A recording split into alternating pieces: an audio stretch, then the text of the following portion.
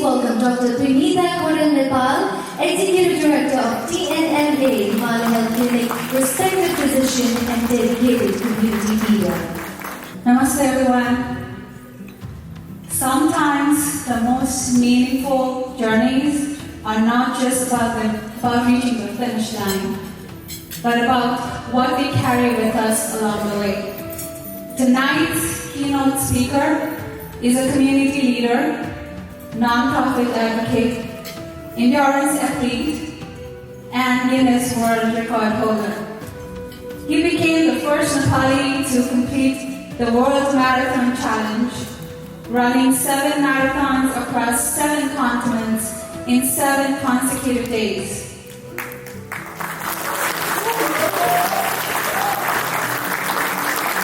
And he did that while proudly wearing our traditional Dalas-Fort.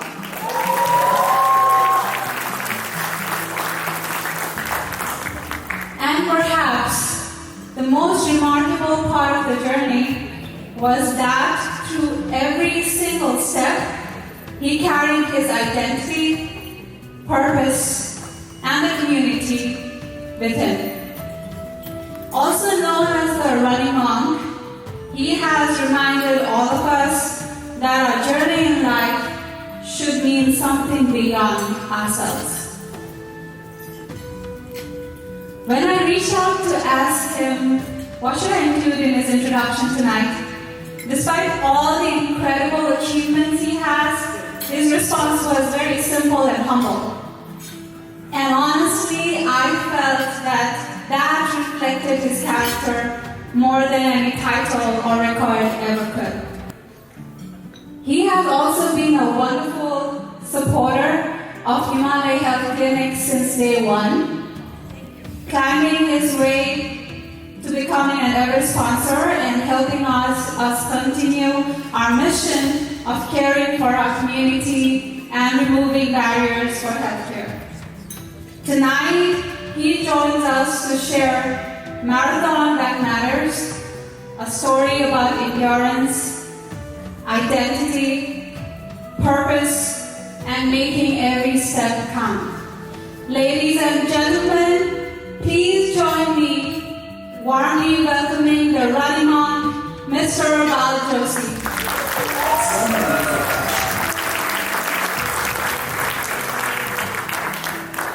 As I was coming up here, I look around the room, I see doctors, even Sritu got confused, called permissive doctor. Very successful community, and I'm thinking, why I'm the one speaking?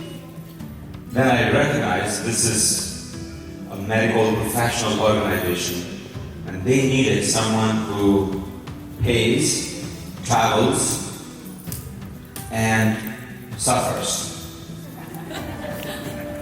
So I'm one of those people that choose to go through pain.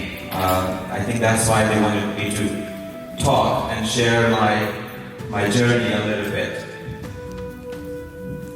By this point, almost every single person in this room knows that I am a runner. But very few of you know that I started my running journey just 5 years ago. And my journey started in a most scientific, official, very disciplined way, with a glass of beer. A guy named John Ferris, my friend, my colleague, and elite ultra runner, back in 2021, summer, we were just having a drink, and I don't know who convinced whom, or who challenged whom, or who inspired whom. All I remember is next morning I wake up to an email confirmation of the BMW Dallas Half Marathon. Apparently I had signed up last night, perhaps I was drunk to even remember, but there was the confirmation email. And I took a screenshot. I sent it to John. I said, "What is this?" I clearly said a lot worse than that, but this is a family-friendly room, so I will keep that very clean. And his response was, now go and train. No motivational speech, no pep talk, no lifelong plans, nothing. Just a one questionable decision, one email confirmation, and one friend who would not let me back out. That is how the journey started. As I was getting ready to train for this half marathon in 2021, December, I think it started around September, I'm starting to get a lot of feedback. I'm sure you all can say this. The most easiest thing in the world is to give feedback, give advice to others, which I received a lot of feedback. So the feedbacks were, do this, do that, don't run this way, run that way, run at this pace. By this time, I recognized that I cannot borrow their lungs. I don't have their legs. I cannot run their race. So I had to find my own race that using my own lungs, my own legs, and using my own spirit and body. So the mantra was born, which is my race, my pace. Now in the beginning, it started as just for the running. But then I started to implement that same mantra in my life, how I live, how I deal with the problems, how I compare myself with the rest of the world. It became a passion and it became a way of life for me. And I finished the half marathon. I came home as a very sensible person would do right after running a half marathon, suffering pain. One sensible person would just sign up under the race, which I did. I signed up a full marathon in Waco. That was in April 2022. I finished the full marathon. Again, I'm in pain, I'm suffering. But as soon as that was done, I signed up for another marathon, which was the San Francisco Marathon, slightly harder course. And I started to chase these marathons, one after another, one after. Question was, what's next? What medal that I should chase? What finish line I should sign up for? Or what marathon I should sign up for? After signing up a certain level of marathons, question came, why? Why am I running so much? If you think of it, because marathon without a meaning is just a distance. A medal without purpose is just a medal. And pain or suffering without purpose, it's just suffering. There was passion mixed with purpose. Perhaps that was what I was looking for. I was trying to find something that my suffering could become someone else, a beacon of hope. I started to add my passion and purpose together, and that's how One Step Foundation was born. Because a race that was not about me, a race that could carry someone else's story, and a race that could turn personal suffering into public service. And around the same time, I was preparing for the Everest Marathon. And I'm sure most of you know, it is the highest marathon on the planet. 17,000 feet elevation, that's the starting point, slightly above the base camp. And that race gave me a sense of purpose to leverage my pain, my suffering for other people. And from that, we leveraged the One Step Foundation platform, and we started supporting communities around DFW Metroplex, community outside of DFW, children in Nepal, children in Tanzania, and our most recent work was with Dr. Sandu Roy.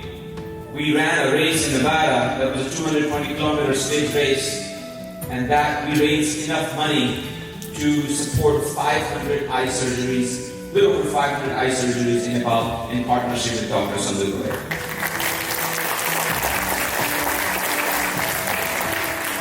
And I say this carefully in this room because many of you understand something very deeply. To heal someone is not just to fix a body. Sometimes it is to return their dignity. Sometimes it is to return their independence, and sometimes it is to return a person back to their family, their work, their prayer, their life. That is why TNMA matters. That is why this room matters. And that is why I'm proud to be here tonight, because marathon that matters is not always 26.2 miles. Sometimes it is building that medical practice. Sometimes it is taking care of patients when no one sees how tired you are. And sometimes it is running that business and knowing families depend on you. Sometimes it is raising children while caring for aging parents. And sometimes it is leaving home, starting all over in a completely new country and building a life one sacrifice at a time. And sometimes it is serving a community quietly without needing applause, without needing your name on the banner. And this is the marathon that matters. Recently, I have completed the World Marathon Challenge, which is 7 full marathons on 7 different continents in 7 consecutive days.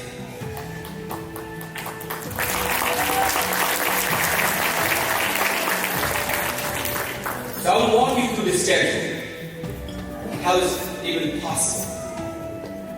You land in any continent. The rule is within 3 hours of you landing, the race starts. And when I say landing, we go through the same custom, same immigration, everything same. And there's a designated spot, we go, we run the full course, and within 3 hours, we take off for another continent. And people ask me, how was it? Was it hard? Of course it was hard. Because there was no real recovery. You run the race, you get on the plane, you eat, sleep, recover, whatever you are going to do, you need to do that within that flight time. Once flight landed, done. Race starts. We started in Antarctica.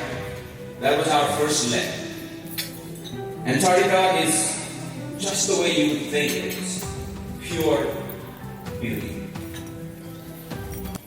White, silent, untouched, almost unreal. The kind of place, even your own footsteps feel too loud. We started in the middle of the night, but because it was summer there, sun was out. Sun does not set there in summer. After the first or after a few miles, something hit me. I was not just running. I was representing Nepal. There I was wearing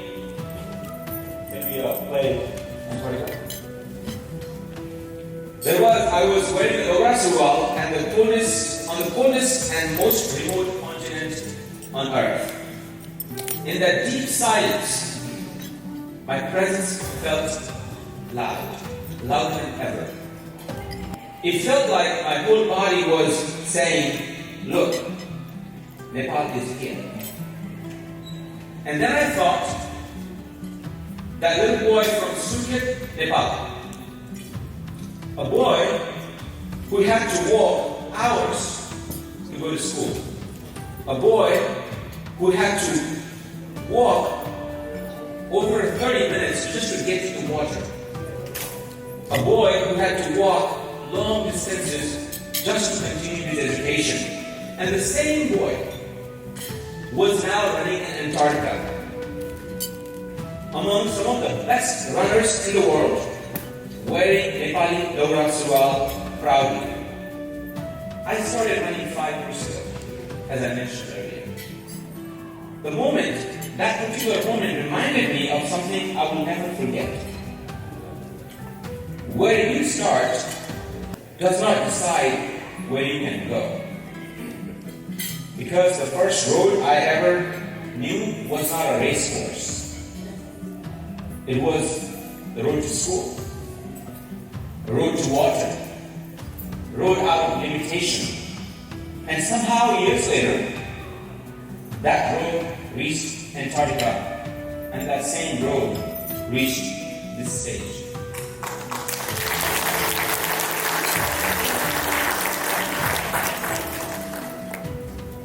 And this is my realization, and if you really truly reflect on it, you would also agree with me. Sometimes the step you take in survival becomes the step that prepares you for the history.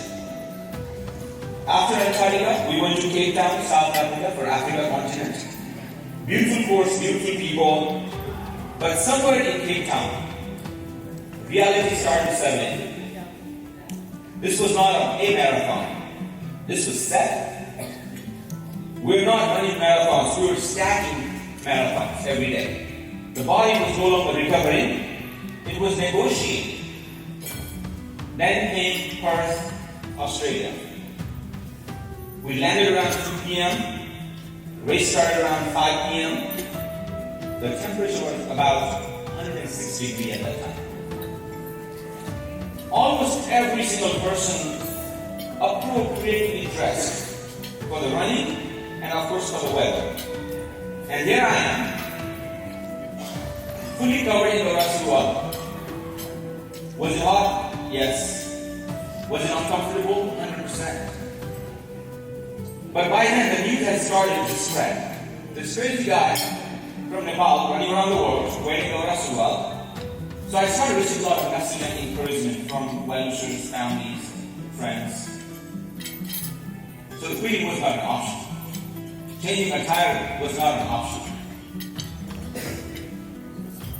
And at some point, my heart rate was climbing. And I'm sure there are a lot of runners in this room. You know what that means. When your heart rate goes up, you stop. You slow down. In life too. The heart is the best indicator of your mental and physical situation. And the heat was getting fairly heavy.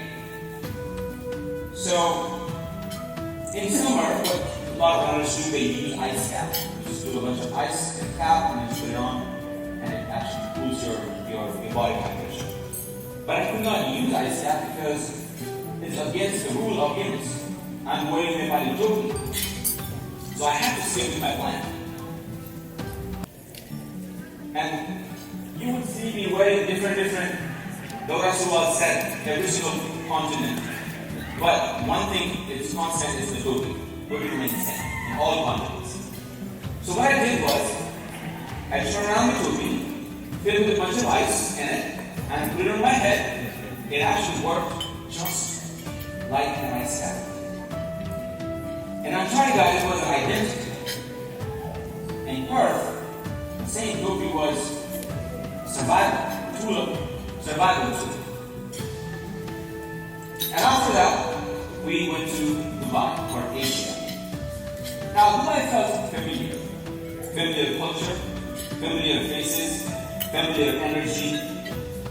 And the Nepali running community came out to support me, and some friends ran part of the race with me. By then, the body was tired, but the spirit was awake. Dubai did not feel like a race, it was more of a celebration. Then came Madrid, Spain, for Europe. By then we had 4 marathons in our head and a very little sleep. And people that would know me, I don't sleep on the plane. I cannot sleep while something is moving. So I'm here 5 days already in, no sleep at all. Madrid was cold. Madrid was cold.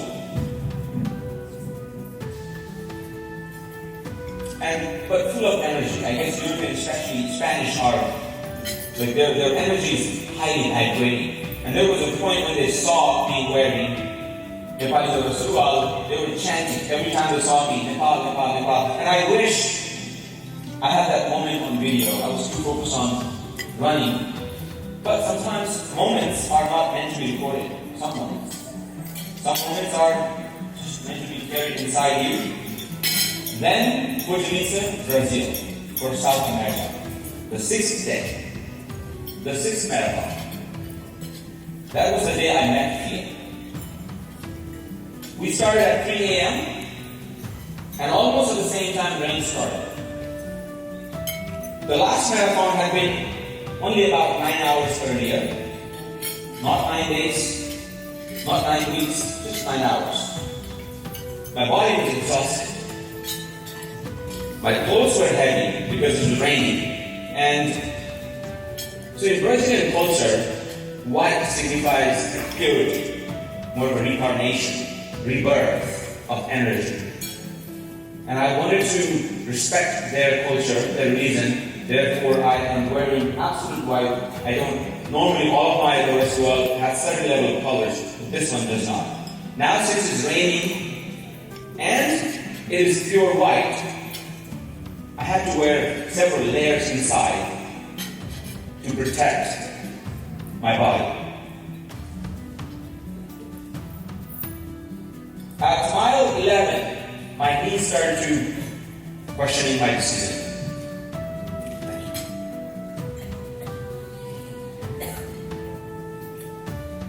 And there was a question came because I was suffering so much. Should I continue or not? That was a point where I thought I was going to give up. Because I could do that same race next year. It's not going anywhere. But then I somehow learned at that same moment, shift the question from should I continue or can I continue to can I take one more step? Question shifted. We all get these questions in our life. I got that question around 4 a.m. in Fortaleza, Brazil, while I'm running 7 marathons, 7 continents in 7 consecutive days. You all have this question. Should I continue or not? Mine came in Brazil. Yours may come in business, in career, in family, in health, in leadership. In those private moments when nobody is watching, the question is the same. Do I stop or do I continue? But if I shift the question from can I finish to can I take one more step? Should I continue or should I take one more step? Psychologically, it just gets easier. You actually cheat somehow. You ask the right question, which is, can I take one more step? Not 20 miles, not 10 miles, not even 1 mile. I was just focusing on the next step, just that next step, and then I understood something deeper. Endurance is not about being strong.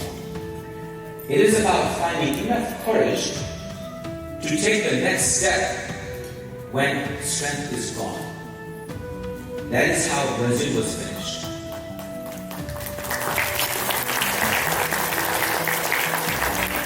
Not with power, not with speed, not with confidence, with endurance.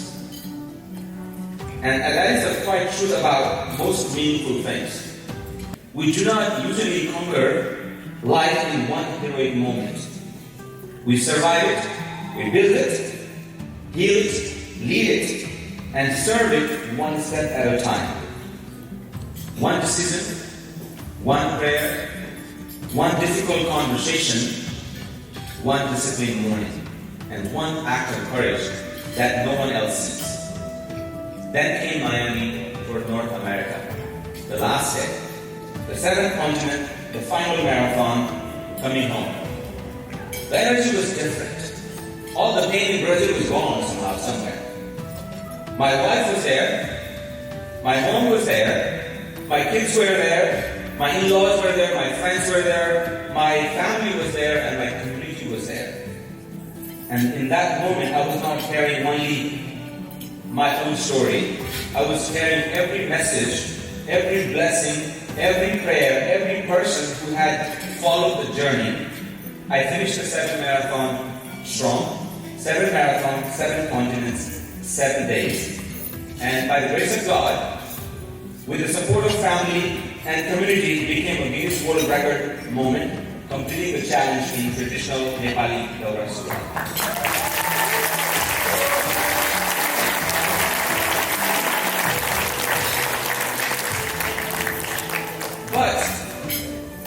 But the record is not the real story. The real story is what that journey reminded me of. We all have to run our own race. In life, comparison is easy. Someone will always seem faster, further ahead, more successful, or more certain. But their race is not our race. The better question is not, am I ahead of someone? The better question is, am I becoming better than I was yesterday? That is what my race, my pace means to me. And I also learned that it is rarely too late to do anything. I started running only 5 years ago, not as a child, not in high school, not in college, just 5 years ago. Sometimes we are not too late. Sometimes we are just waiting for courage to catch up with the desire. And I finally learned that marathon that matters is usually bigger than us. For me, running became meaningful when it became connected to one's foundation work, to community, and to service. For many of you already understand that. Because the marathon that matters is not always 26.2 miles. Sometimes it is walking into an operating room with someone family praying outside. Sometimes it is restoring sight to someone who thought darkness was permanent. Sometimes it is helping orphanage in Tanzania and knowing child's future is safe because someone cared. And sometimes it is building that business and knowing families depend on your decision. And sometimes it is showing up to your children when you are already exhausted. And sometimes it is serving the community quietly without needing your name on the back. That is why this room matters. A community is not built by titles. A community is not built by titles. It is built by people who keep showing up. So tonight I leave you with few phrases. My race, my pace. And when life becomes heavy, let's shift the question from should I continue or can I continue to can I just take one more step? That is what carried me across the 7 continents. And that is what carried me through Brazil. That is what One Step Foundation means to me. And that is the marathon that matters. When the race becomes bigger than you, every step becomes service. And ladies and gentlemen, look around the room. We have climbed many mountains in our life. The name of those mountains are different. But we climb not to just arrive. We climb to lift someone up. Thank you very much.